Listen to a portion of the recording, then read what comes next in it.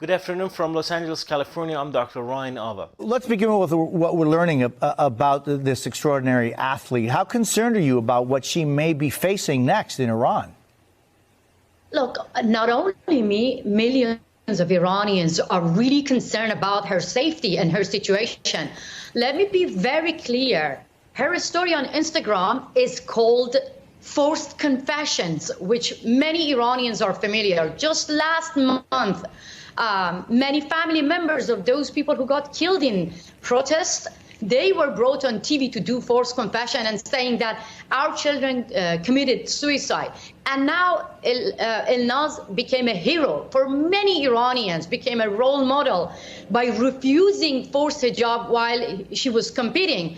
So that is why the Iranian regime tried to break her and create fear among other Iranians, which we call it act of terror. I mean, the international federations must take action. And I want to call actually on all female athletes around the world. Now this is the time that you can show your solidarity, which is going to make difficult for Iranian regime to to torture her or to put her family members in danger. I have to tell you that report says that Elnaz's brother was taken hostage, and that is why she was made to do forced confession on her Instagram page.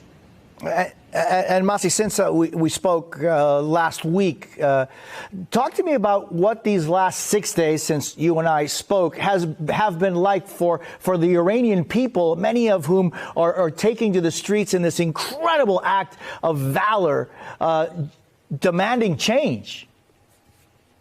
No, I have to say that the Iranian regime killed more than 200 people only in 1 month. The number is much more than this. But what happened in past few weeks, it made people angrier and more determined to take back to the streets. And what actually people are asking right now to the Western countries that do not pay attention to the wrong narrative of some of the apologists, some of the lobbyists of the Islamic Republic trying to say that if the Western countries support Iranian regime, it's kind of war or meddling, interfering. It's not. Clearly, Iranian people inside the country now asking for international committees and Western democratic countries to take action, to support them, to show solidarity. And that's going to stop Iranian regime to kill more people. Still, they're killing teenagers, they're arresting schoolgirls, but schoolgirls and other people are planning to take back to the streets again. Masih, I've always, have such deep admiration for Iran, for Persia, the history. It's home to one of the oldest, it was one of the oldest civilizations, right?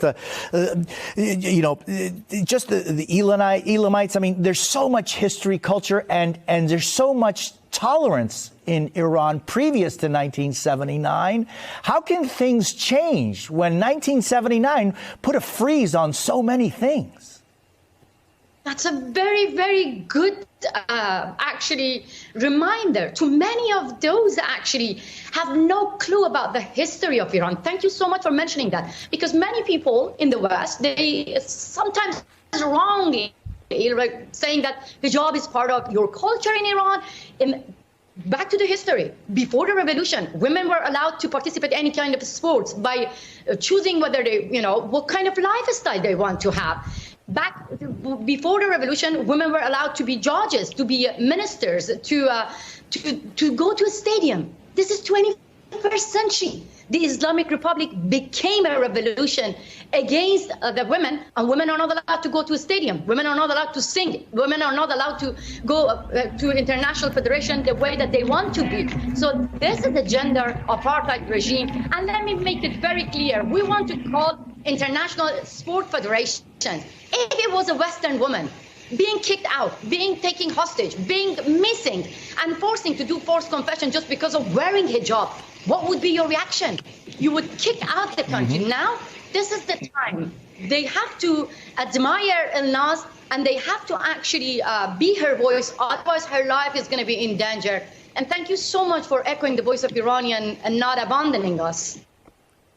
No, and I mean, just the richness of tolerance and of a culture, Zarathustra, I mean, just so many things that the Persians have given to the world, and yet Well, we see what's happened since 1979. I thank you, Masih, for being with us this morning. To support my work, please click the subscribe, the like button, and the notification bell so you wouldn't miss any of my new videos.